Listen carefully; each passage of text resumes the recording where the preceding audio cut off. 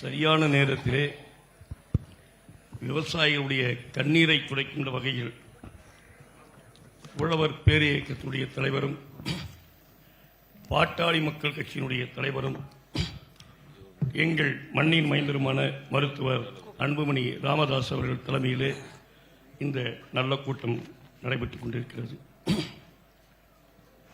பொதுவாக சொல்ல வேண்டும் என்று சொன்னால், கடனிலே பிறந்து கடனிலே வளர்ந்து கடனிலே செத்து மடிந்து கொண்டிருக்கக்கூடிய விவசாயிகளுடைய வாழ்க்கை சிக்கலை தீர்ப்பதற்காக இன்னும் ஒருபடி மேலே சொல்ல வேண்டும் என்று சொன்னால், உழுதானே உழுதானே விவசாயி உழுதானே, அவன் யாருக்கு என்ன வைத்தான், அவன் யாருக்கு என்ன வைத்தான், மனைவிக்கும் மகனுக்கும் மகன் பெற்ற மகனுக்கும் வெறும் கடன்தானே மிச்சம் வச்சான் என்ற இந்த விவசாயியுடைய வாழ்க்கை சிக்கலை தீர்ப்பதற்காகத்தான் உழவர் பெருந்தலைவர் நாராயணசாமி நாயுடு ஐயா அவர்கள் தமிழக விவசாயிகள் சங்கத்தை ஆரம்பித்து பல்வேறு கோரிக்கைகளுக்காக போராட்டங்கள் நடத்தி 63 உயிர்களை பலிதானம் கொடுத்து பல்வேறு சலுகைகளை பெற்றுக் கொண்டார்கள்.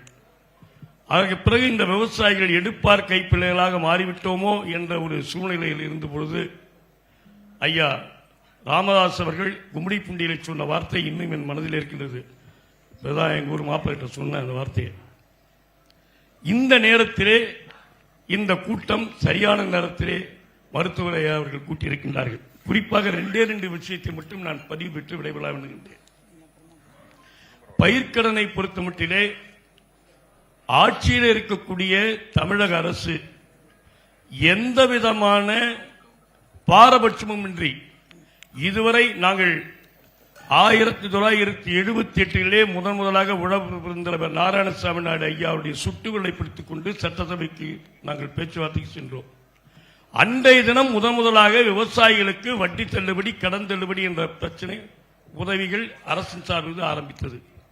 எப்பொழுது சொன்னாலும் அரசு முடிவு தேதியை தான் சொல்வார்கள். இந்த தேதி வரை விவசாயிகள் பெற்ற கடன் தள்ளுபடி நடைபெறும் அல்லது வட்டி தள்ளுபடி நடைபெறும், ஜப்திகள் நிறுத்தப்படும் என்று சொல்வார்கள். ஆனால் இந்த அரசுக்கு எந்த அதிமேதாவி அதிகாரி ஐடியா கொடுத்தான்னு தெரியல. 1-5 வாங்கினது தான் கடன் தள்ளுபடி பண்ணுவாங்க, அதுக்கு முன்னாடி கடன் தள்ளுபடி கிடையாது. அந்த அதிமேதாவி அதிகாரியை ஐயா மருத்துவர் தான் கண்டுபிடிக்கணும். ஏன்னா எங்களுக்கெல்லாம் அந்த வசதி வாய்ப்புலாம் இல்லை. அந்த திட்டத்தை மாண்புமிகு தமிழக முதல்வர் அவர்களை சந்திக்கின்ற பொழுதோ அல்லது உங்களுக்கு இருக்கக்கூடிய உறவுகள் மூலமாக முதலில் இந்த கடன் தள்ளுபடியில் இருக்கக்கூடிய குளறுபடியா தான் தம்பி காவிரி தனபாலன் சொன்ன மாதிரி 12 லட்சம் 21,000 10,000 அந்த குழப்பமே அந்த இடத்துல ஆரம்பிக்குது. விவசாயி என்பவன் கடன் வாங்குவன் இந்த தேதி வரை, இந்த ஆட்சிக்கு வந்ததுக்கு முன்னாடி தேதி வரைக்கும் தேதியை வச்சு இதுவரைக்கும் கடன் தள்ளுபடி செய்ய வேண்டும் என்று அறிவிக்க வேண்டும். விவசாயிகளுடைய எந்தவித பாகுபாடுமின்றி அனைத்து விவசாயிகளுடைய கடன்பனை தள்ளுபடி செய்ய வேண்டும் என்ற ஒரு தீர்மானத்தை இந்த கூட்டத்தின் மூலமாக மருத்துவர்களால் கொண்டு வர வேண்டும். மேகதாட்டை பற்றி காவிரி டெல்டா பயிர் நிறைய பேசிட்டாங்க. என்றாலும் கூட ஒற்றை வரி கருத்தாக என்னுடைய கருத்து, மரியாதைக்குரிய காவிரி பிரச்சனையில அரசு வழக்கு போடவில்லை.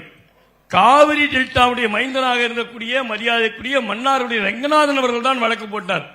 அந்த வழக்கில் தான் போய் அரசாங்கம் மரியாதைக்குரிய புரட்சித் தலைவர் அம்மா அவர்கள் ஆட்சி காலத்தில் அவங்க போய் இம்ப்ளிமெண்டட் ஆனாங்க.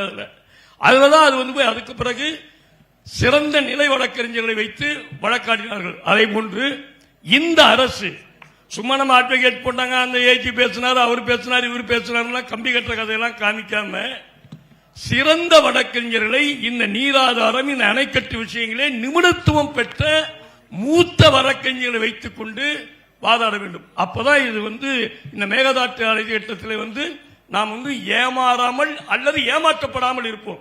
ஏன்னா தம்பி காவிரி தனபாலன் அவர்கள் சொன்னது மாதிரி ஏற்கனவே அவன் அணையை கட்டிட்டு பேக்டாப் பர்மிஷன் வாங்குற மாதிரி வாங்கிடக்கூடாது, நாம் ஏமாந்து விடக்கூடாது, உஷாரா இருக்கணும். அதே போன்று மருத்துவர் அவருக்கு முன்னுண்டி நான் சொல்லிக்கொள்ள கடமைப்பட்டிருக்கின்றேன். கரும்பு நட்டவன் கடங்காரனாவே இருக்கிறோம், நெல்லு நட்டவும் சுத்தமா நாசமாவே போடுறோம். ஒரு பயிருக்கு என்னால் சொல்ல முடியும் என்றாலும் கூட கரும்பு விவசாயிகளின் பிரச்சனை இன்று தலை தூக்கி இருக்கின்றது. தமிழ்நாட்டில் இருக்கக்கூடிய 40 சர்க்கரை ஆலை 22 சர்க்கரை ஆலை இழுத்து மூடியாச்சு. 22 சர்க்கரை ஆலையை இழுத்து மூடியாச்சு.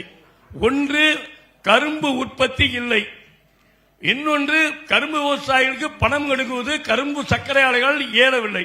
இதற்கு காரணம் கரும்பு கொள்கை மத்திய அரசால் தவறான கொள்கையை ஈடுபட்டு காரணம். இதற்கு ஒரு நிவர்த்தி செய்கின்ற வகையிலே அது எம்எஸ்பி சொல்லுகின்ற பொழுது 8.5 இப்ப 10 போயிட்டாங்க. அடுத்தது எஃப்ஆர்பின்னு சொல்லி 10.5 போயிட்டாங்க. உத்தரப்பிரதேசம் போன்ற வட மாநிலங்களிலே அந்த நீர்நிலைகள் மண்வளம் நன்றாக இருக்கிறது, அது கரெக்ட். ஆனால் இதர மாநிலங்களை அவர் கணக்கில் கொள்ளவில்லை. மரியாதைக்குரிய மருத்துவர் அவர்கள் இதை கணக்கில் வைத்துக் கொண்டு அரசினுடைய கரும்பு கொள்கையை மாற்றி அமைக்கப்பட வேண்டும். கரும்பு கொள்கையை மாற்றி அமைத்தால் மட்டுமே கரும்பு விவசாயிகள் காப்பாற்றப்படுவது மட்டுமல்ல, கரும்பு தொழிலும் காப்பாற்றப்படும். செயல்பட்டுக் கொண்டிருக்கக்கூடிய தமிழ்நாட்டில் இருக்கக்கூடிய 27 சர்க்கரை ஆலையில் இந்த ஆண்டு 6 சர்க்கரை ஆலை அரபிக்க கரும்புகளை நிறுத்தப் போகின்றார்கள். அடுத்து எதிர்வரும் காலங்களில் இன்னும் குறையும். கரும்பு தொழிலும் பாதிக்கப்படுகிறது. கரும்பு தொழில் நம்பியிருக்கக்கூடிய கரும்பு விவசாயிகளும் பாதிக்கப்படுறாங்க. உங்களுக்கே தெரியும், நம்ம மாவட்டத்தில் நெல்லுக்கு விலை இல்லைன்னு சொல்லிட்டு புல்லுக்கு போன மாதிரி நாமெல்லாம் கரும்புக்கு போனோம். தமிழ்நாட்டில் இருக்கக்கூடிய சர்க்கரை ஆலைகளே அதிகமாக இருக்கக்கூடிய சர்க்கரை ஆலைகள் நமது வடார்காடையும் தென்னார்காடுகளையும் மட்டும் 21 சர்க்கரை ஆலைகள். இதுல இன்னைக்கு அந்த சர்க்கரை ஆலை எத்தனை ஆலை முடிக்கும் உங்களுக்கே தெரியும். எனவே தமிழக அரசு ஒரு புதிய கரும்பு கொள்கையை அறிவித்து கரும்பு விவசாயிகளை காப்பாற்றுவதற்கான நடவடிக்கையிலே ஈடுபட வேண்டும். ஓடாத சர்க்கரை ஆலைகளை தூக்கணும்னு சொல்லிட்டு ஒரு அமைச்சரே போய் மனு கொடுத்துட்டு இருக்காரு.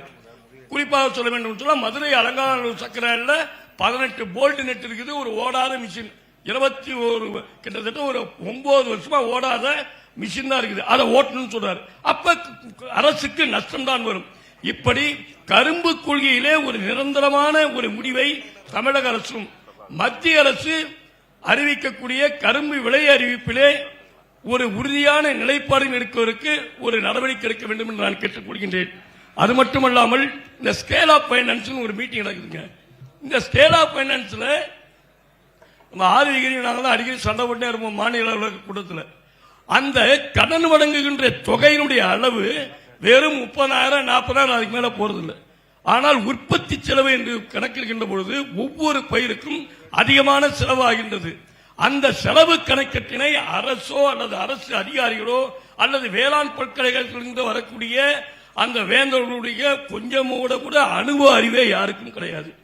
விவசாயிகள் சொல்லுகின்ற கருத்துக்களை உள்வாங்கி ஸ்கேல் ஆஃப் பைனான்ஸில் கரும்புக்கு வழங்கக்கூடிய கடன் தொகையை உயர்த்தி அறிவிக்க வேண்டும் உட்பட விவசாயிகளுடைய அனைத்து கருத்துக்களையும் இந்த கூட்டத்தின் வாயிலாக உள்வாங்குவதோடு மட்டுமல்ல, தமிழகத்திலே ஏற்கனவே கடந்த காலத்திலே டாக்டர் ஐயா அவர்களும் வேளாண் நிழல் பட்ஜெட்டில் சொன்ன கருத்தின் பிரகாரம் மரியாதைக்குரிய மறைந்த அம்மா அவர்கள் தமிழகத்திலே 1000 தடுப்பணைகள் கட்டப்படும் என்ற உத்தரவாதத்தை அறிவித்து பல்வேறு தடுப்பணைகளை கட்டிக் கொண்டிருந்த திட்டம் இப்பொழுது நிறுத்தப்பட்டிருக்கிறது.